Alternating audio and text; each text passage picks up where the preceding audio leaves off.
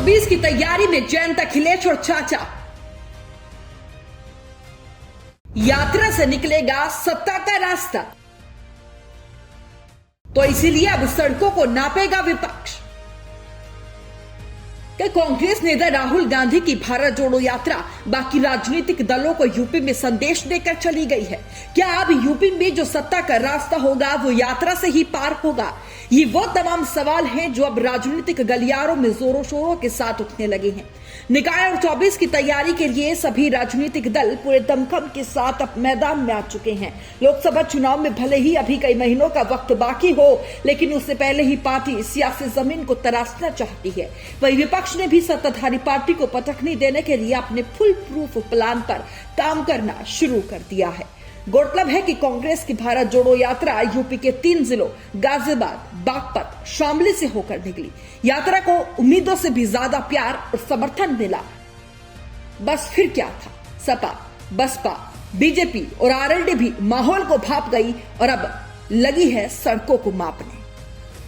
बता दें कि अब सपा और आरएलडी भी यूपी में धरातल पर उतरकर लोगों से कनेक्ट होना चाहती है। पूर्वांचल में चाचा भतीजे की जोड़ी मुस्लिम, दलित, यादव वोट बैंक में सेंधमारी करने लगी है और दोनों नेता अलग अलग जिलों में भ्रमण कर साइकिल की रफ्तार की जांच कर रही हैं।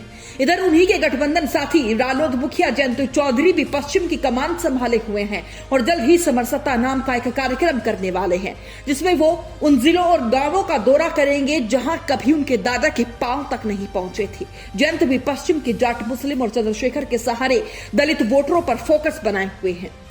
इसी के साथ ही बसपा सुप्रीमो मायावती भी पीछे नहीं है और एक के बाद एक दाव खेलकर सबको चौंका रही है। बता दें कि मायावती ने भी 2024 के चुनाव को भांपकर एक्शन लेना शुरू कर दिया है। माया भी पूर्वांचल में माफिया अतीक अहमद के परिवार पर दांव चल चुकी है और पश्चिम में मुस्लिम मतदाताओं का साथ लेने के लिए इमरान मसूद का सहारा ले चुकी है। मतलब साफ है कि मायावती भी दलित, मुस्लिम और अति पिछड़ों की राजनीति कर रही है। यही कारण है कि मायावती ने भी अपने प्रदेश अध्यक्ष को बदल दिया और आगरा से ओबीसी वर्ग से आने वाले विश्वनाथ पाल पर बड़ा दांव खेल दिया। वहीं बीजेपी की भी मंशा साफ है, वो भी हर हाल में सत्ता में काबिज रहना चाहती है। पिछले आंकड़ों को भी बढ़ाकर दमदार वापसी करना चाहती है। बीजेपी भी जाट, दलित, पसमानदा मुस्लिम, पिछड़े और अति पिछड़ों वोटरों का साथ पाकर कमल खिलाना चाहती है। इसीलिए यूपी के प्रदेश अध्यक्ष भूपेंद्र चौधरी भी लखनऊ छोड़ पूर्वांचल से लेकर पश्चिम तक सभी जिलों का दौरा कर जनता के मूड को चेक कर रही हैं। बहरहाल जिस तरीके से सेंधमारी की कोशिश में सभी राजनीतिक दल लगे हुए हैं, उससे साफ है कि कोई भी पार्टी जरा भी कोर कसर नहीं छोड़ना चाहती है, क्योंकि प्रदेश में दलित मतदाताओं की संख्या करीब 22% है। इतना ही नहीं, उत्तर प्रदेश में करीब 20% मुस्लिम आबादी है जो अपनी एक तरफा वोटिंग के लिए पहचानी जाती है। इन तीनों समुदायों के मतदाताओं का कुल प्रतिशत की अगर बात कर ली जाए तो 77% के करीब हो जाता है।